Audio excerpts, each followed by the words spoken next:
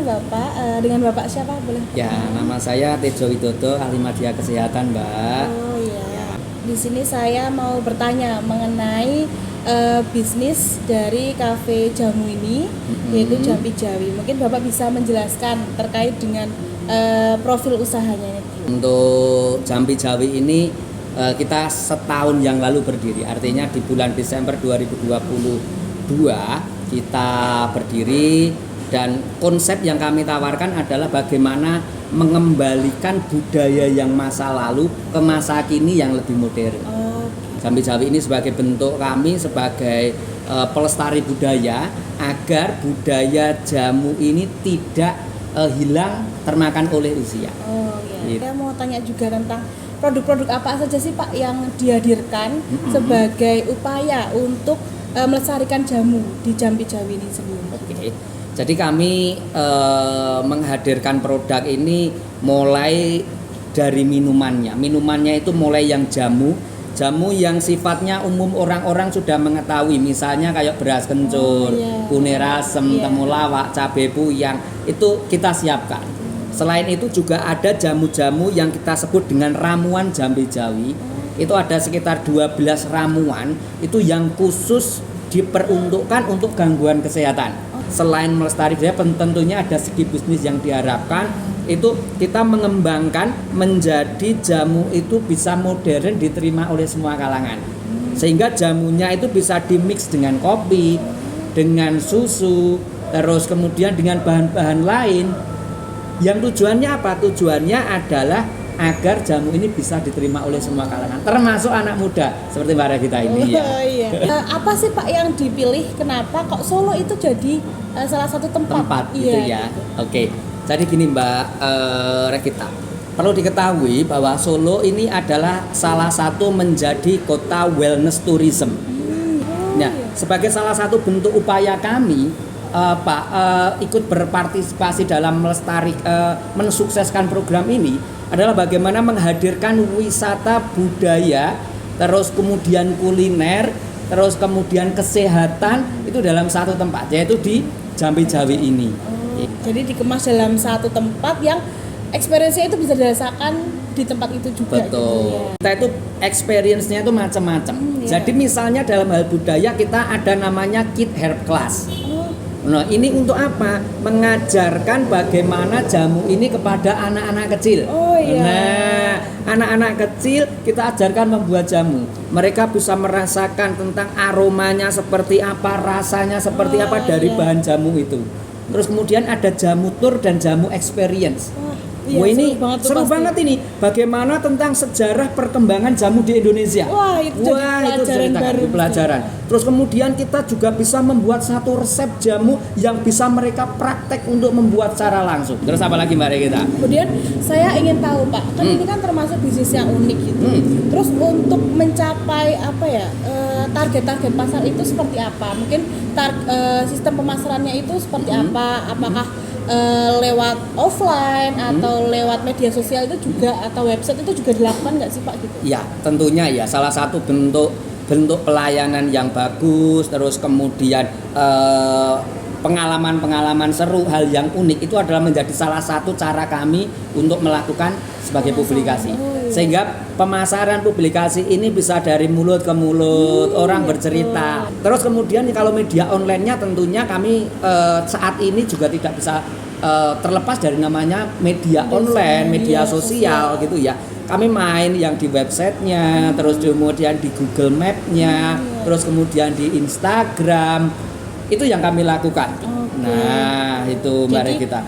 Balance ya Pak ya antara offline dan online, apalagi cangkupannya juga ingin anak muda juga ikut diajak untuk merasakan experience ini gitu. Betul banget. Kemudian ingin tanya nih Pak, terkait dengan tadi kan harus tahu ya, kita sebagai pelaku bisnis itu kepuasan pelanggan itu terkait dengan apa yang kita jalankan itu sejauh mana sih gitu. Nah itu untuk menampung mungkin kritik, saran atau ulasan itu tuh Jampi Jawi sendiri tuh mewadahi itu lewat mana? Atau hanya lewat komentar Instagram saja, atau ada mungkin ulasan di Google atau nanti menyediakan tempat tersendiri gitu Pak? Itu kita jadi penasaran. Iya, jadi penasaran ya. Jadi memang kami sebagaimana mestinya, sebagaimana umumnya, pertama langkah yang akan kami lakukan yaitu bagaimana menanyai secara langsung.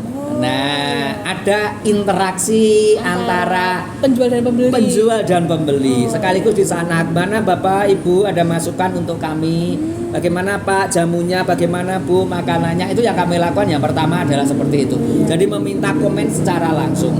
Yang kedua tadi sudah sampaikan bagaimana kita memberikan kesempatan untuk memberikan ulasan di Google ya. Saran kritik sangat kami terima. Itu adalah bagaimana kami membangun usaha ini. Salah satunya adalah melalui saran kritik dari pengunjung. Dan juga tadi disebutkan tentang komen-komennya di Instagram. Nanti bisa dilihat di jambijawi.id Instagram kami. Di situ juga ada yang mereka melakukan komen-komen di sana sebagai bahan untuk masukan kami. Iya.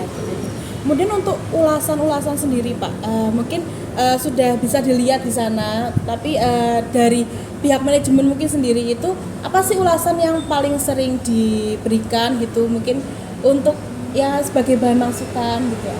Oke, kalau kita melihat memang sebagian besar memberikan respon yang positif, ya respon yang positif.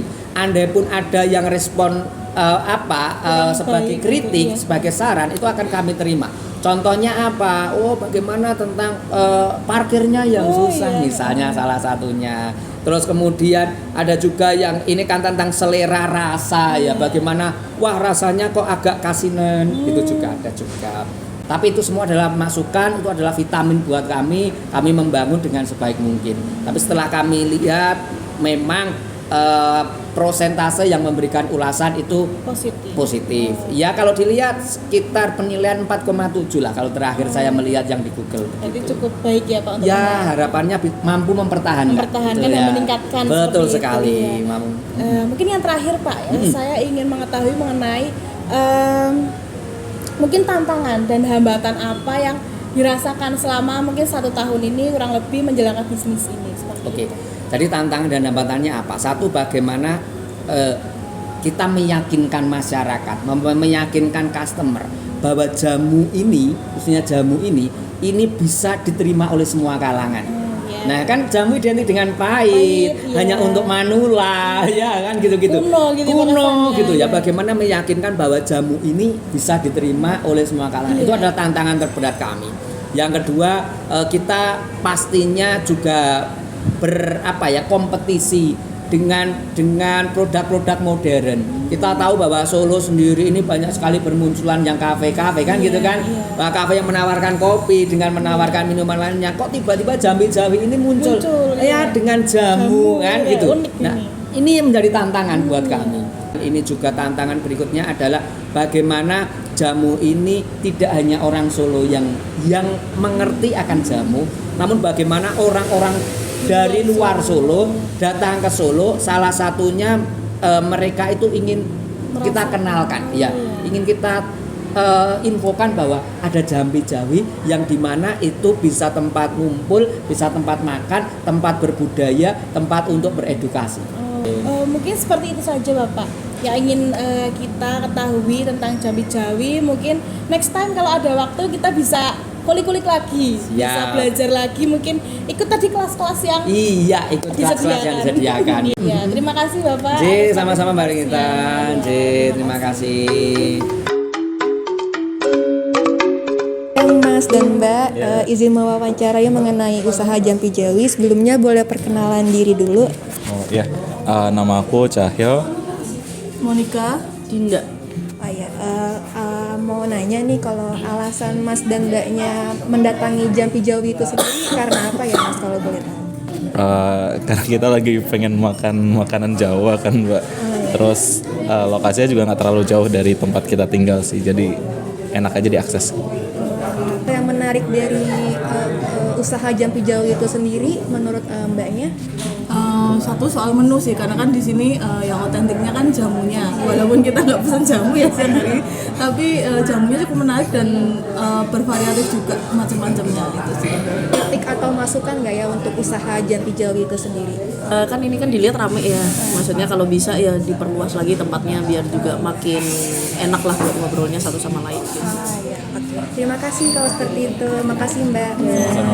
Bu, boleh diperkenalkan dulu atas nama siapa? Saya Rosa, Asalnya dari Solo, Bu. enggak, dari Gresik, Jawa Timur. Oh, dari Gresik. Alasan Ibu mendatangi Jampi Jawi ini karena apa ya, Bu? Pertama ini kan karena mau liburan, anak sekolah, terus pingin datang aja ke Solo, terus waktu itu iseng-iseng pingin cari kuliner di IG sama di Google, terus ketemu ini ada Jampi Jawi, kok unik gitu, namanya juga unik, terus ada tasnya waktu di depan tadi ada mbok gendong jamu, terus ya udah, terus lihat menu-menunya, saya browsing lihat IG-nya kok menarik, kayak jamu tradisional kayak gitu, tapi dikemas secara modern ya gitu loh mungkin. Berarti yang menarik dari Jampi Jawi itu sendiri dari variasi menunya Ya, sama ada variasi menu, sama ya variasi menu sama apa yang masih mengusung namanya kok unik. ya. Jampi Jawi, yang jamunya khas Jawa gitu loh. Iya. Lalu mau bertanya lagi, kira-kira kritik atau masukan yang bisa diberikan Ibu untuk usaha Jampi Jawi ini sendiri? Menunya mungkin ditambah lagi, khususnya untuk menu buat anak-anak kayak gitu aja. Tapi secara garis besar sudah banyak kok, menunya sudah variannya, terutama untuk yang minumannya juga sudah banyak sekali. Mungkin tempatnya aja lebih diperluas atau gimana, cuma oke kok sudah. Terima kasih Ibu atas waktunya.